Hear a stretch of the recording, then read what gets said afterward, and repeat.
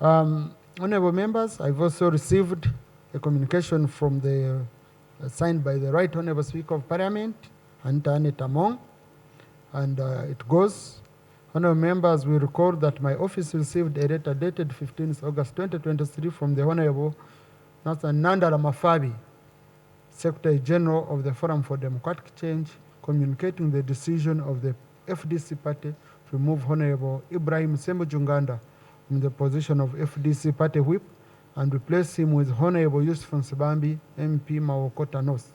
No sooner had I received the said letter than I received a petition from some honorable members of Parliament who subscribed to FDC, signed by Honorable Muiche Francis, among others, MP Bukwenju County, which was received in my office, challenging the replacement of Honorable Ibrahim Ssemujju with Honorable Yusuf Nsibambi on the grounds that the author of the letter had not followed the FDC constitution in arriving at the above decision.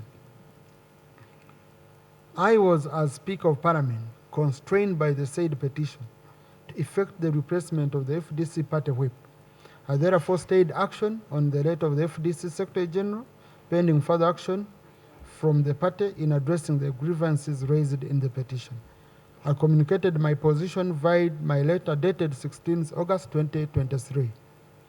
On the 6th of October 2023, the court made a ruling to the effect that the FDC National Delegates Conference was free to convene and elect new office bearers.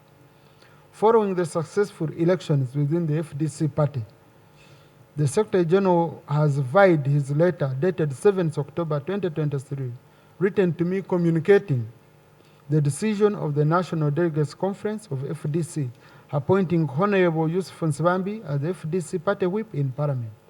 In the circumstances, therefore, I do accept the designation of Honorable Yusuf Nsibambi as the FDC party whip. I take this opportunity to congratulate Honorable Nsibambi Yusuf upon his appointment to the office of FDC party whip in Parliament. The Honorable, do you have a word?